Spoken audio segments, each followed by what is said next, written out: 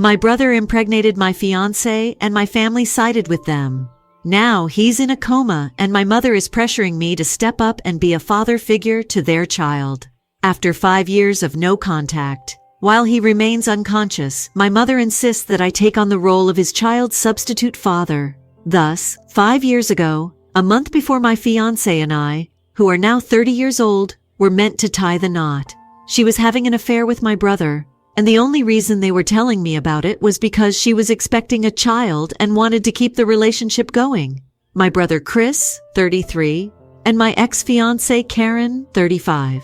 Apparently, M has been having affairs ever since Karen and I were engaged. Since Karen and I had been dating since our junior year of high school and had continued our relationship throughout college, getting engaged was undoubtedly the next logical step. Nevertheless, she chose to cheat on me with my brother after we became engaged. That was only possible because shortly after our engagement, my brother told her he had always had affections for her and felt compelled to inform her of his thoughts because she was getting married. That's the only reason it even happened. And after that, he was at a loss for what to tell her about these things. Subsequently, she abruptly realized that she had been steadily developing affections for him as well. They even seemed to periodically flirt behind my back at family get-togethers and other functions.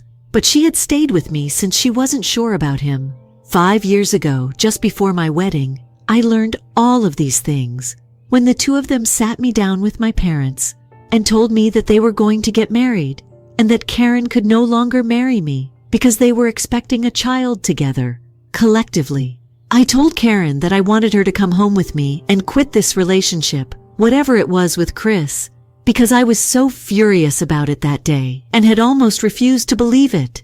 Nevertheless, my mother had made it very apparent that Chris and Karen would be together, and I would have to accept that since it was ultimately their choice.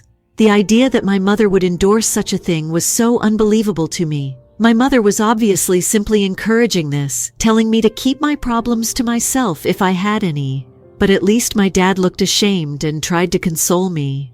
Since Karen was expecting, I had no right to disturb her in such a vulnerable state. My mother battled with me tooth and nail to defend what was happening because she was so excited to finally have a grandchild in the family that she could barely care about what I was going through. The day Karen moved in with my family following the altercation was because her own parents would not talk to her after she had told them the truth. My parents paid for the wedding, so I didn't have to worry about that either, even if we had to postpone it. But I was expelled from the family for not speaking to them, and we haven't spoken at all for the previous 5 years. My father was the only one who had bothered to try to get in touch with me, and I wasn't even bothered to talk to him. Because Karen and I have been together for a very long time, there has been radio silence since. It also took me a very long time to move on once I severed my relationship with them. It took me a lot of therapy to move on from it because I had truly loved her. I wouldn't say that I am completely over it even now, but I am managing it. However, the rest of the family remained in contact with me, and I did learn from them that she was the mother of my brother's son. There was also no need to get in touch with me following a paternity test within a month of her giving birth to her baby, which established that the child was indeed my brother's and not mine. They eventually tied the knot and have been together for the previous 5 years. I had thought that everything was going well for them until my mother called unexpectedly about a week ago. I was surprised because she had been the one who had supported Karen and Chris the most, almost to the point of being unhealthy. She sent me an email stating that she needed to talk to me right away, so I decided to give her a call back out of curiosity. My brother had tragically been involved in a serious accident, and when I contacted her, she broke the news to me while sobbing. It turned out to be a hit-and-run incident, and due to the force of the blow, he had gone into a coma with no indication of when he would wake up. This occurred only last week, and my mother decided to phone me to let me know about it 3 days after the doctors had told me that things were now pretty severe. In spite of everything, I believe that this is a big deal, so it would have still been reasonable for her to expect me to visit him and be there for the family. At first, I assumed that this was what she was going to ask me to do. Furthermore, I don't want to abandon someone who is in such horrible shape. However, my mother suddenly changed her mind and stated that I should be there for Karen and my nephew. It was beyond my comprehension what that meant. She then informed me that, as my brother's replacement, she now wanted me to stand up for them. I pressed her for additional details, and she said that I had to support Karen and her child in any way possible, since Chris was essentially no longer there. She wasn't just talking about the money, she truly expected me to move in with them so I could take care of them. She claimed that if she had been younger, she would have taken care of them all herself, but it would have been too much work. She was calling to inform me of this, and she anticipated that I would decide during the call. She did not talk to me for 5 years, so I guess I lost my patience. Now that she was at last speaking with me, she was expecting me to take some drastic action, even though I could see that her and her son needed support because they were now on their own. However, that someone ought to have been a member of their close family, not me. Someone she had deceived, and yet she had not even bothered to say sorry to. I clearly informed my mother right away that I would never do anything of the such and that she was crazy to even think that I would agree to it. I had little time to waste when she started arguing with me over the phone. I did not want to spoil my already somewhat unpleasant mood while conversing with her. More than that, I just hung up before blocking her again. After that, I made an effort to carry on with my day as usual, but I couldn't help but think about what Chris and Karen were going through, and my heart ached for them. However, it was evident that I was not going to follow my mother's request and replace my brother in their family. That would just be strange. He was still living. He had only recently fallen into yet she wasn't acting as though he had already died away. I was feeling quite uneasy about the whole thing. I reasoned that my father would be more rational than my mother, so I chose to call him later that day. After 5 years without speaking, it was really strange to talk to him. However, after some small talk, I asked him how Chris was doing, and he informed me that things were not looking good at the moment. I then told him about my earlier that day conversation with my mother, and I expected to possess some rational understanding. Nevertheless, he said that my mother was correct to anticipate that. That truly surprised me since, out of the two of my parents, my dad was typically the more sensible one, and suddenly he was also making such strange comments. I questioned him about if he truly meant that. He admitted to me that he had, saying that regardless of how our relationship has developed over the previous 5 years, Karen and I have a history, and that I am a member of the family. Since I am related to them, I should be the one to stand up for the family in the end. Furthermore, my mother's expectations aren't wholly unjustified. That truly caught me off guard, and I'm not sure what to do at all at this point. I haven't spoken to any of my family members, not even my other relatives, for the past week because I'm terrified that they will bring this up to me, and then I will have to defend my choices. In addition, I feel a little guilty about not standing up for my family, even though I know they need me a lot. At the very least emotionally, if not monetarily. To be honest, I don't know what to do. Although I am aware that what my mother is asking of me is incredibly strange and irrational, I still feel guilty about turning it down flatly.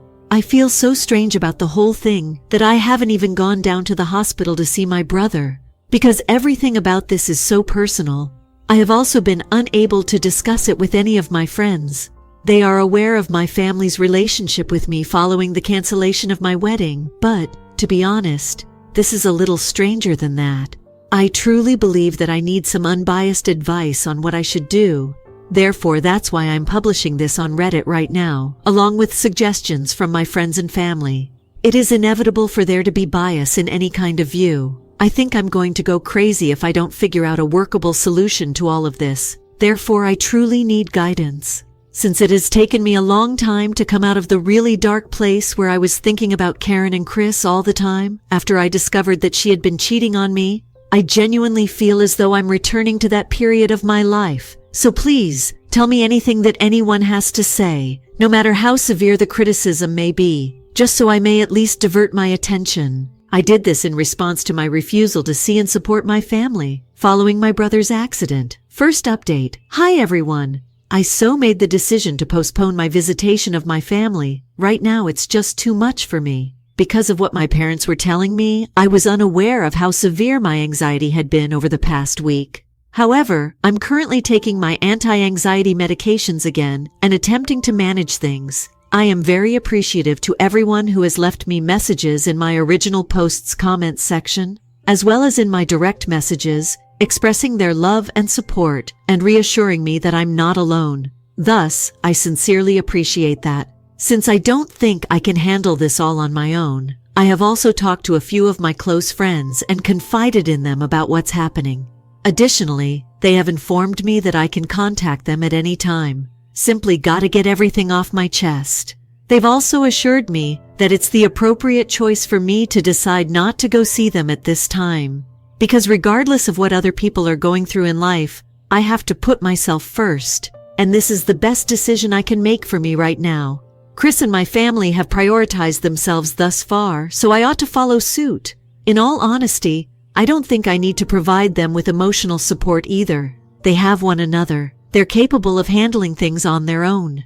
After the wedding, when it was canceled and I discovered that my parents had cheated on me, I was the one without any support from my immediate family.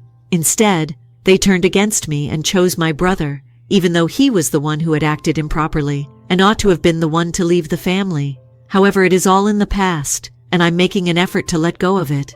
If I go back to them again, I won't be able to accomplish it. I've blocked them all again, and I'm not going to change my mind about not communicating with them. I can't be the type who desires for someone to suffer, no matter what they have done. So please accept my sincere apologies for what happened to my brother, and my sincere hope that he gets well soon, so that things turn out well for them.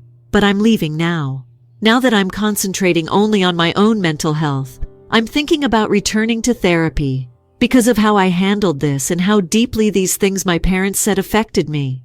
I genuinely believe that I should go to a professional because I don't think I'm handling things as well as I thought I was, and because all of my previous emotions are resurfacing.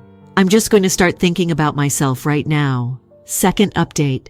According to what I've heard from a few family members, my brother's condition is still rather serious and is not getting better. He had remained in the hospital for about 2 weeks.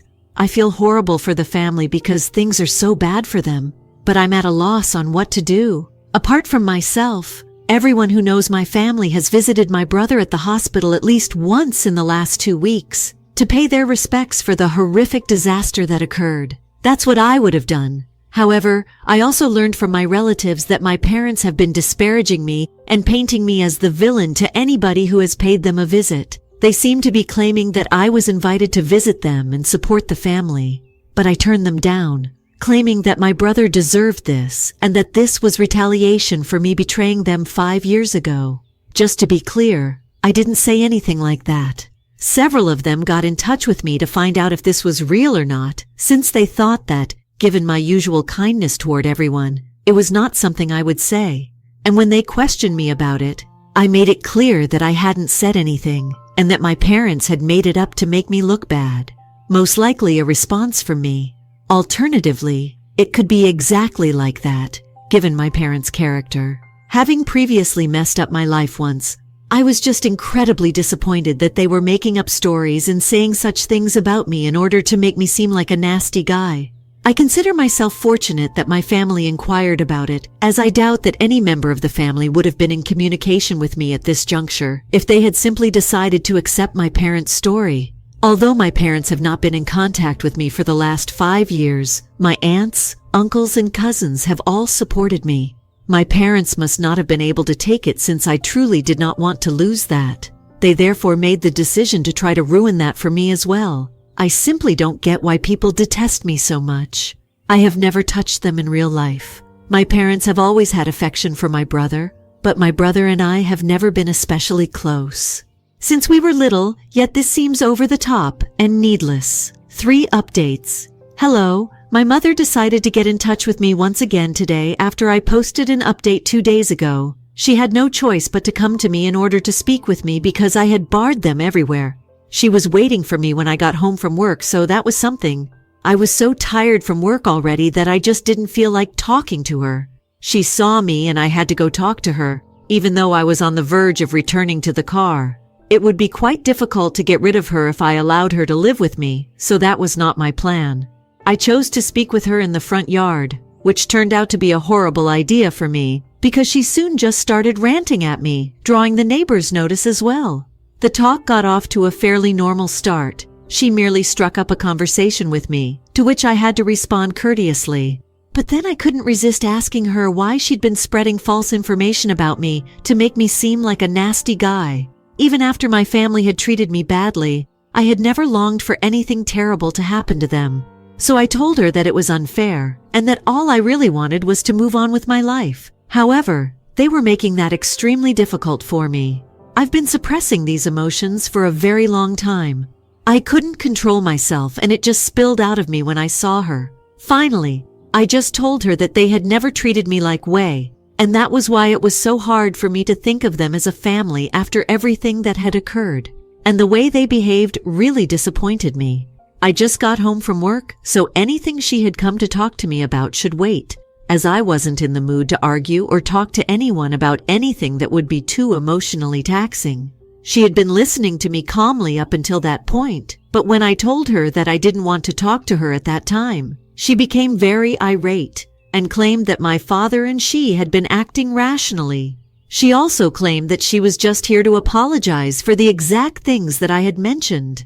Initially, they were quite irate with my response, as I had declined to support my family and even pay a visit to my brother when he was in the hospital. However, they later understood that I wasn't visiting because I was clearly still furious over their poor treatment of me during the previous 5 years, and that's why they hadn't exactly treated me well. She felt that the family should stay together for the purpose of emotional stability at this time, so she had come to talk to me and attempt to work things out between us. However, after I told her that I didn't want to talk to her, she decided that she would scream at me instead.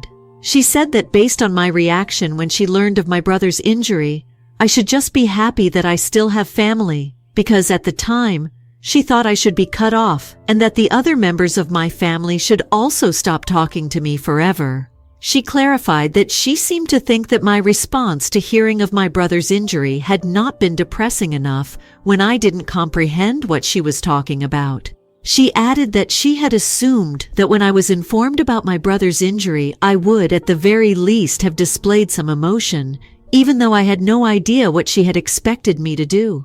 But during the phone call, I had just sounded completely different. I was obviously going to be affected by a news like that, regardless of our personal relationship. Indeed, it has. Despite our personal ties, as I had previously stated, I would not wish it upon anyone, including my family.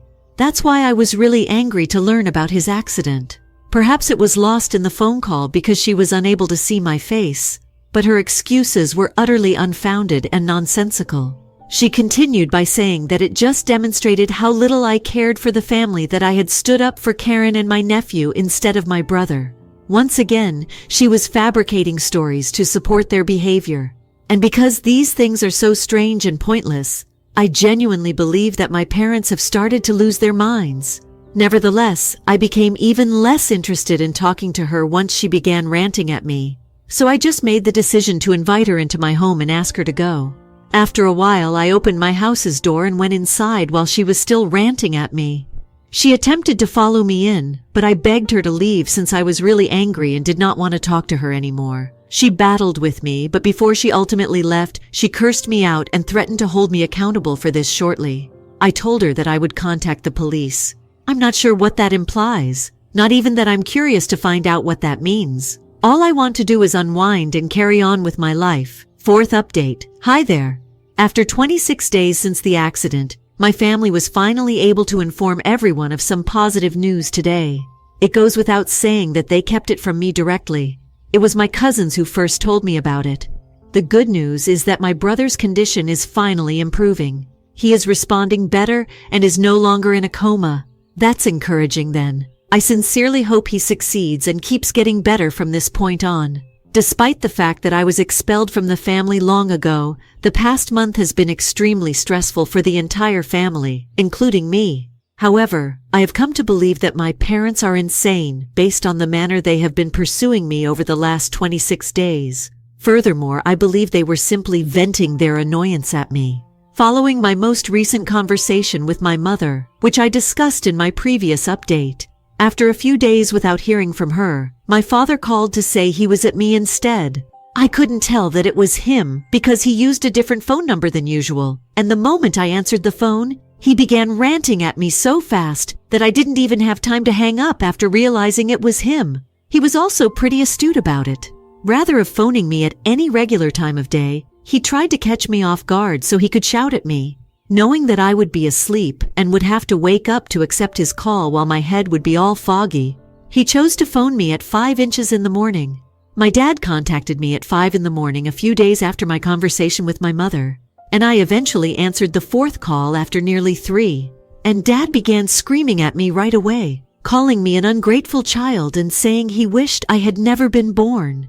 He threatened to ensure that the rest of the family never spoke to me again, calling me a horrible person for not even making the effort to visit my brother in the hospital throughout his excruciating ordeal, and for not supporting the family. I was still trying to take in all that was happening, so he was the one who hung up after I had been ranting for about 5 minutes. And by the time I finished doing that, he had already hung up and blocked me on the phone. It wasn't particularly humorous. However, looking back, I think it's comical how desperate my parents are to make me look terrible and yell at me for no apparent reason. They are prepared to go above and above in these ways. I've already stated that I think they were venting their annoyance on me for these reasons alone. All they had to do was get out of court. I had to be there for the family, as usual. However, it doesn't matter because my father was unable to convince my relatives to turn against me, because they are aware of what transpired 5 years prior and that I am not at fault. Anyway, I just hope they get off my back and simply concentrate on my brother now that his condition is getting better. Update number 5. Hi there.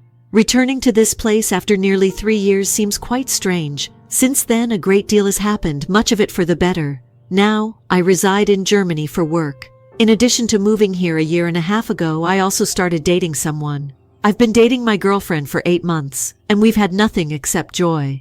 To be honest, it has also been delightful for me to have had no communication at all with my family during the last 3 years. It's different because I have maintained contact with my good relatives. Right now, my brother is doing great. He made it through the accident, and while his recovery from it took a while, he is currently doing well. When my brother was beginning to feel better, Karen came to talk to me and apologized for all that had happened in the past. I told her that she didn't need to apologize at this time. After word spread that I was traveling to Germany for work, she had reached out to me and apologized with a flower.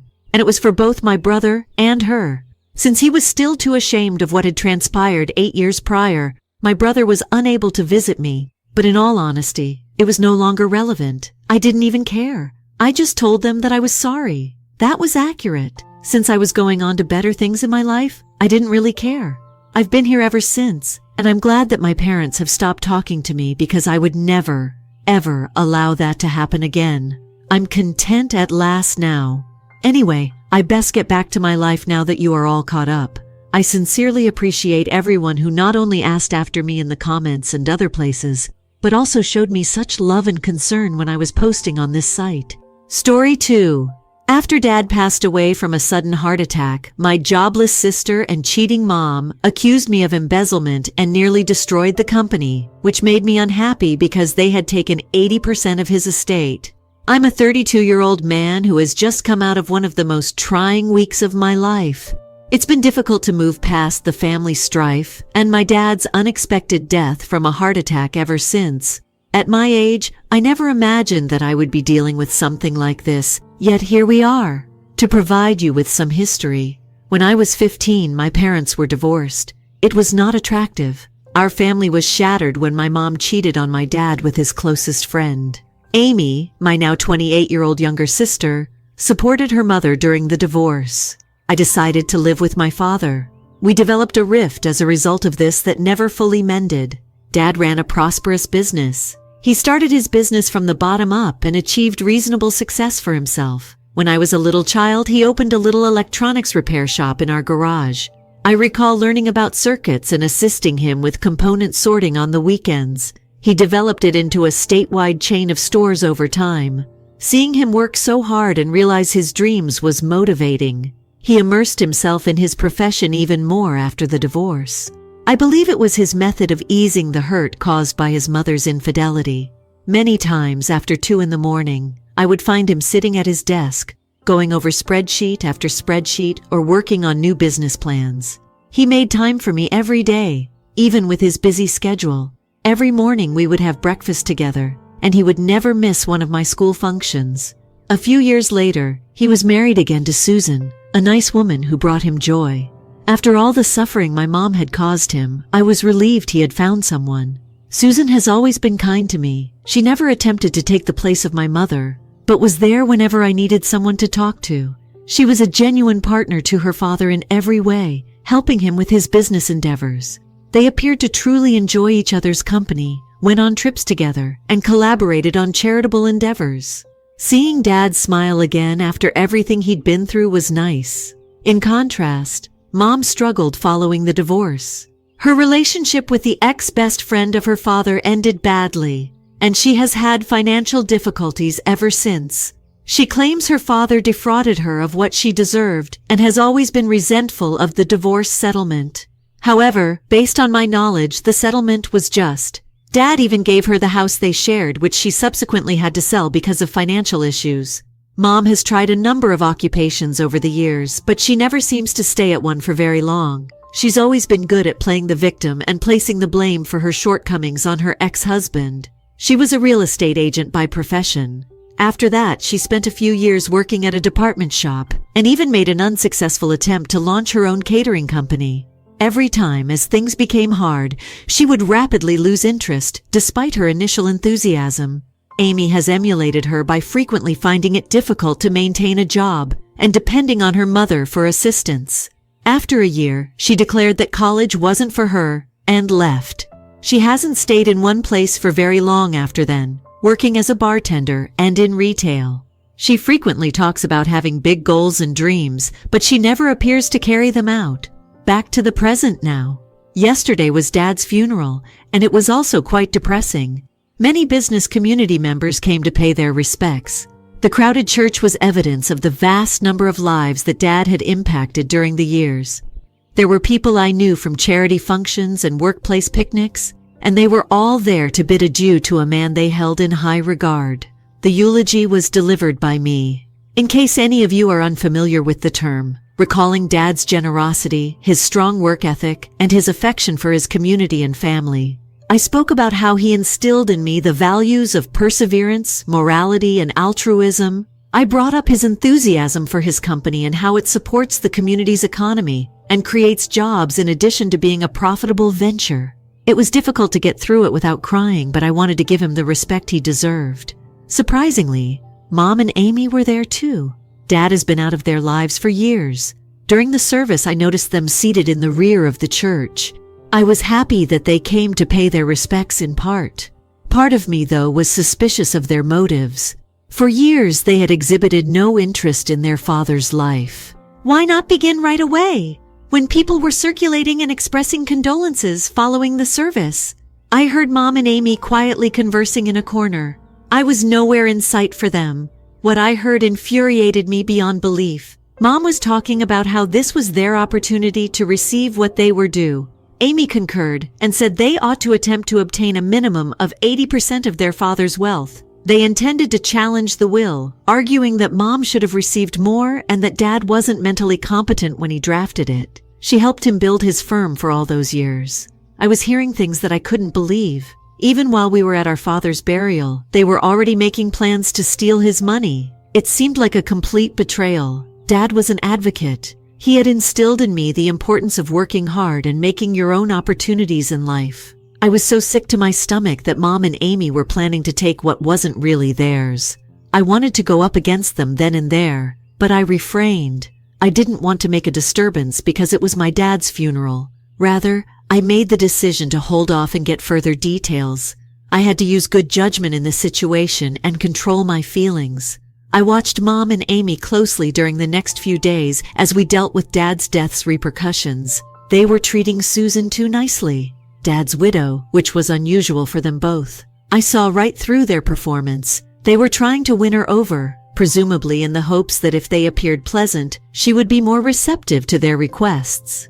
They were also spying on Dad's home office when they thought no one was around, as I saw. Amy claimed to be searching for old family pictures when I saw her attempting to open Dad's filing cabinet. It was obvious that they were looking for any piece of information that would help them challenge the will. We had a meeting with Dad's attorney yesterday to have the will read. Susan sat silently, her disbelief at Dad's passing continuing. Suddenly, Mom and Amy were adjusting their seats and glancing at each other. I knew about their goals, but I attempted to keep a neutral expression on my face so as not to reveal anything. As I had anticipated, Dad left me and Susan the lion's share of his wealth, with a few minor bequests to causes he was involved with. Having worked with me for a few years, he knew I understood the business's operations and left it to me. Along with the house, Susan also received a sizable chunk of his savings. Amy and Mom received meager sums of $10,000 apiece. Mom burst out after the lawyer was done reading. She began to shout about how unfair it was, that she should have gotten more because she had helped her father build his business for years. She mentioned the sacrifices she said she had made, conveniently omitting to bring up her adultery, which caused their marriage to dissolve. Amy added, "It's not fair that I got so much when living with Dad after the divorce had already helped me." She said that her father was punishing them for supporting their mother during the divorce and was showing favoritism. They had obviously practiced these exchanges. I was at my breaking point. At the burial, I informed them that I had overheard their talk. I confronted them for trying to manipulate the situation and for organizing a scheme to subvert the will. I told them that instead of us grieving for our father, they ought to be ashamed of themselves for only considering money. In an attempt to defend herself, Mom said that I was unaware of how difficult life had been for her following the divorce. She mentioned how hard it was for her to make ends meet, deliberately omitting to mention how she had wasted the money from the divorce settlement. Amy said I didn't care about them, and I was always siding with Dad. However, I didn't back down. I reminded them of the way they had been to their father over the years, excluding him from their life and rejecting his efforts to make amends. I made the argument that, considering their distance from each other, Dad had no duty to leave them anything. In fact, his generosity was demonstrated by the fact that he left them anything at all. Mom and Amy stormed out of the meeting, threatening to call for legal action. Susan, overcome by the whole thing, broke down in tears.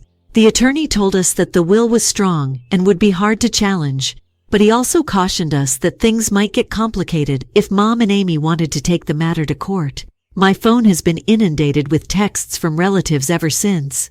Some people are in favor, arguing that the father had every right to divide his inheritance any way he saw appropriate and that Mom and Amy are being avaricious. Some believe that I should strive to comprehend their viewpoint and that I'm being overly harsh. Some have suggested that in order to keep the peace, I give Mom and Amy a portion of my fortune, but I'm steadfast in my resolve to uphold my father's intentions. He earned everything by hard effort, and he was entitled to determine its posthumous distribution. After Amy cheated on him and left, Mom forfeited any claim to his assets. Amy opted to support Mom during the divorce and has hardly spoken to Dad since. I've been going over Dad's business history and financial documents for hours on end. In the unlikely event that Mom and Amy choose to pursue legal action, I want to be ready. Mom says she helped Dad build the business, but I think that's an exaggeration at best. Dad really got into his work following the divorce, which is when the firm really took off. Additionally, I've been speaking with long-term corporate personnel. They have related tales of Dad's devotion and hard labor, including his late nights and weekend work at the office. It's obvious that Dad's success came from his own work, not from any alleged help from Mom. Jim, a seasoned worker, shared with me how his father had given him a chance when no one else would. Jim was having trouble finding a job because of his prior criminal record. His father took him on as a janitor and helped him advance to shop manager throughout the years. Numerous anecdotes exist about fathers giving people a second opportunity and helping staff members get through difficult times, prioritizing people over money at all times. These tales only make me more determined to preserve my father's legacy. He created this company for everyone who depends on it for their livelihoods, not just for himself. I cannot allow Mom and Amy's avarice to jeopardize all of that. I do, however, have a tiny doubt if I'm being very strict. In order to maintain harmony within the family, should I attempt to reach a compromise? While I don't want to violate Dad's last intentions or dishonor his memory, I also don't want a protracted court dispute that would deplete the inheritance and add to the already stressful family dynamic. I'm not sure what to do in this difficult position. I'm concentrating on helping Susan right now and seeing to it that Dad's business keeps running properly. To deal with everything, I've taken a leave of absence from my own employment. Coping with the bereavement of Dad and attempting to shield his legacy from Mom and Amy's avarice have been immensely difficult. I've been having a hard time falling asleep because I keep thinking about the altercation I had with Mom and Amy. I feel bad for adding to the family strife so soon after my father's passing. However, a different part of me is enraged that they would attempt to exploit the circumstance in this way. Susan has been causing me concern. Since the will reading, she has been silent, and I can sense that she is starting to feel stressed. It's been difficult, but I've been attempting to protect her from the worst of the drama. She cherished her father dearly, and it pains her to watch this money dispute blot his memory. Another cause of stress has been the business. Everyone in the organization has been deeply affected by Dad's loss, as he was the company's lifeblood. I'm doing my hardest to fill his shoes, but it comes with a lot of responsibility. I don't need a legal battle to get in the way of my efforts to keep the firm operating efficiently. I've thought about giving Mom and Amy a little more money to make them go away, but I'm afraid that caving into their demands will just make them come back for more. Not to mention that it would be against Dad's express wishes. In my father's office yesterday, I discovered an old photo album. Pictures of our family from before the divorce were there. One particular image struck a deep chord with me. It dates back to the day my dad first began his shop. Dad was cutting the ribbon and Mom was there grinning beside him. I was there with Amy, just children enthused about the great day. What happened to cause such a sudden change in circumstances? How did we get from that content family to the current mess? Give Ida credit for confronting my sister and Mom about their scheme to appropriate the majority of my father's fortune. Should I try to find a middle ground or stick to my guns and defend my dad's wishes?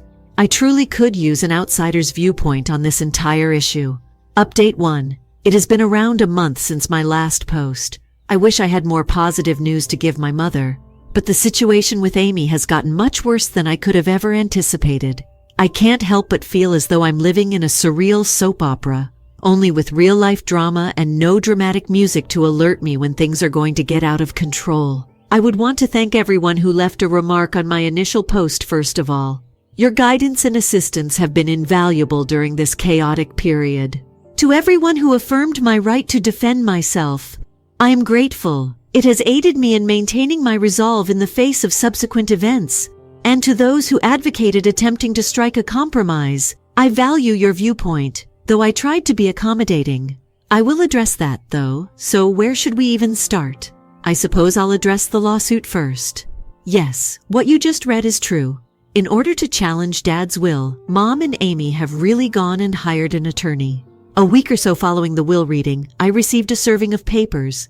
They developed a reputation as harsh inheritance litigators thanks to their attorneys. The lawsuit alleges that Mom unduly influenced Dad during their marriage in order to grow the business and that Dad was not of sound mind when he made his will. 80% of the estate is what they want. As I heard them discussing at the burial, though absurd, it's leading to actual issues. The cost of the legal representation is already rising. In order to refute their allegations, I was forced to retain our own attorney. Luckily, Dad's longtime friend and attorney Tom has agreed to take our case. His familiarity with the families and the company's past is quite beneficial. However, even at his somewhat reduced price, it's still not inexpensive. But Tom has been excellent. He knows that his father will remain firm, and that Amy and Mom are without a leg to stand on. However, he has also cautioned me that these instances might occasionally linger on for months or even years. I'm worn out just thinking about handling this for so long. The worst aspect, though, isn't even the lawsuit. Amy and Mom have launched a smear campaign against Susan, me, and the neighborhood. They are disseminating a variety of malicious gossip. They're telling everyone that Dad changed his will because Susan tricked him, that we intend to sell the company and terminate every employee, and that I have been embezzling from the company for years. Of course, none of it is true, but that hasn't prevented people from discussing it. I've had to reassure workers that their jobs are safe over the phone for hours on end. A number of our loyal clients have been inquiring and contemplating whether to do business with someone else. The company is being severely strained, which is the last thing we need at this time. I noticed 2 of our more recent hires whispering in the break room last week. They were debating whether or not to begin looking for other employment in case the reports of widespread layoffs turned out to be accurate. In order to handle the gossip, I had to arrange an unexpected staff meeting. I detest that I now have to stand up for myself and my father's memory in front of the same co-workers he spent years working with. The embezzlement rumor is especially ridiculous. He instilled in me the value of being cautious when it came to the company's finances. I would be furious if I were to steal from the company that created it. In order to be ready to defend myself in the event that this claim finds its way into the case, I've spent the last week combing through years' worth of financial data with our accountant. Susan is finding it really difficult. She's not accustomed to this kind of backstabbing and turmoil. She's even begun to discuss caving in to Mom and Amy's demands in an attempt to put an end to it all. I've had to remind her multiple times that this is precisely what they want in order to calm her down. Susan was crying when I found her in Dad's study the other night. She carried one of his old sweaters that he would always wear when working late at home. "Is this what he would have wanted? All this fighting?" she asked, looking up at me. My heart was broken by it. In an attempt to reason with Mom and Amy, I've tried contacting them personally, but they won't return my calls or messages. These days, everything passes via their attorney. They seem to have forgotten entirely that we are related. Last week, I did happen to run into Amy in the grocery store. I reasoned with her, thinking maybe, away from Mom's influence. But her countenance hardened the moment she saw me. She said that I had turned the family against them in order to keep my dad's money for myself. She merely sneered at my attempts to explain, reminding her of how she and her mother had treated Dad during the divorce. "Before you ran off, you were always your father's golden boy. Speaking with a stranger instead of my childhood sister was the experience I had. The family is divided among the others. A few of my relatives and uncles support me wholeheartedly. Others, appalled by Mom and Amy's actions, believe that I'm being overly stern and that I should just give them more money to make everyone happy." At a family dinner, my cousin Jack even raged at me, accusing me of causing division among the family due to my intransigence. I had to get out of there before I made a scene. It was a nightmarish meal. It was meant to be an opportunity for the family to get together, remember Dad, and show support for one another. Rather, it became a battlefield. Mom's sister Aunt Sarah was always saying mean things about how when they gain a little money, some people forget who they are. Dad's brother, Uncle Pete, retorted that not everyone understood the importance of perseverance. The situation had spiraled out of control by the time Jack began to yell.